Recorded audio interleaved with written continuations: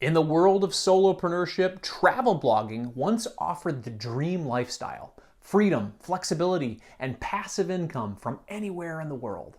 But when Google's AI changes took hold in 2023 and 2024, that dream became much harder to maintain.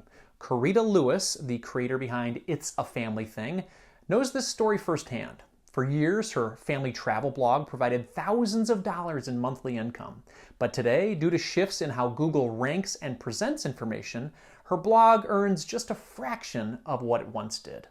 Corritta didn't set out to be a travel blogger. Like many solopreneurs, her path began with an unexpected job loss. Honestly, it was thrusted upon me. I had the idea to start a travel blog, but never did anything with it until I got laid off during the pandemic. At the time, her family was stranded in Colorado with travel plans canceled. With a young child, no income, and a growing archive of travel experiences, Corritta decided to finally hit publish. We have all these pictures, we have our experience.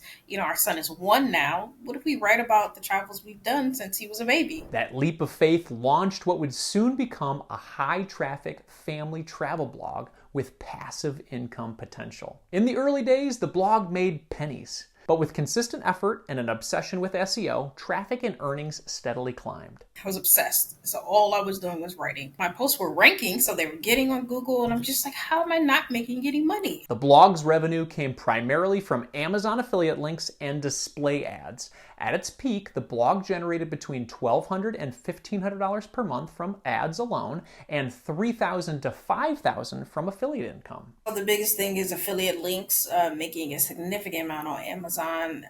So when you click on any links within our blog and you go to Amazon, any purchases you may make, we get a percentage of that. Anything between 1%, 3%, 7%. It really just depends on the item that the category falls in. And then we have ads, which are another big component. By late 2023, Corritta's business model faced a major threat: Google's AI-generated search summaries. When you Google something, you'll see the top result is really Google's AI. Her organic traffic tanked, and so did the revenue. So at our peak, we were doing $7,000 a month. Right now, we're doing around $1,000 a month. Thankfully, Corritta didn't put all her financial eggs in one basket. With a background in HR systems, she'd been exploring consulting work on the side, and it took off just when she needed it most. So that has 15x'd the travel blog. While she hasn't abandoned It's a Family Thing, the blog is now a passion project rather than a full-time focus. So instead of working as an employee, I've transitioned to consulting and doing consulting for myself. Still, her love for writing and for sharing their family's adventures hasn't faded. If you're thinking about starting a travel blog, Corritta encourages you to think carefully about your platform. I've never relied on the one income stream.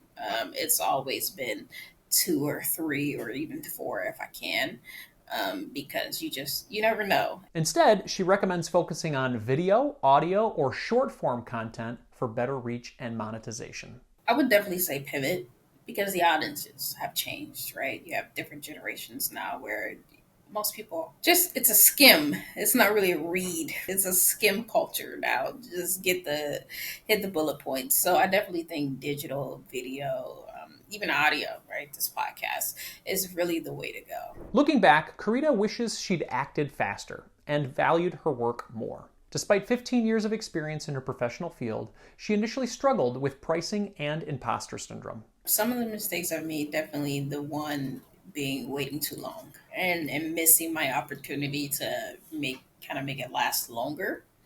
So we had a very, very, very great run for about 2.5 years, but I put it off for 2.5 years. So there's that. And then not asking for the right price. While blogging income may have slowed, Corritta's long-term financial goals are still well within reach. She and her wife are pursuing financial independence with a target retirement age of 45 years old. My goal is to be retired within the next 9 years.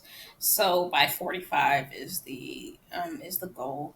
We are about 80% towards our FIRE number. The couple's strategy leans heavily on investing, especially in retirement and brokerage accounts, making them strong candidates for CoastFire, a milestone where your savings can grow without new contributions. We invest very heavily. I made the smart decision to start investing when I was around 20, 22. If you're unfamiliar with Coast Fire or want to understand why it might be better than traditional fire, it's worth exploring, especially for solopreneurs who want flexibility now, not just later. We have a free Coast Fire calculator in the links below. It helps you see how close you are to hitting this milestone investing goal. One of the biggest benefits of solopreneurship and Corritta's remote consulting gig has been the freedom to travel with her son and educate him through experience. He did kindergarten this year in just a regular public school, but he's been to school since he was about 18 months in Mexico. He's been to school in Costa Rica. He's been to school in Portugal. So he's been to school in all of these places. He's also pushing the family to get back into content creation. We're not huge on social media, but we're starting to do it again now that our son's older. He really wants to do it. He's been begging.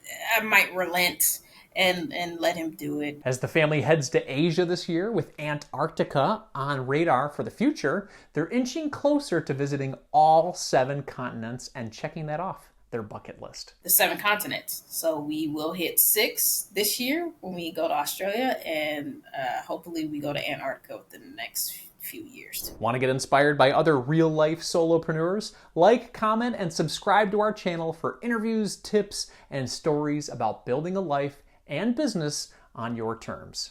Carpe diem.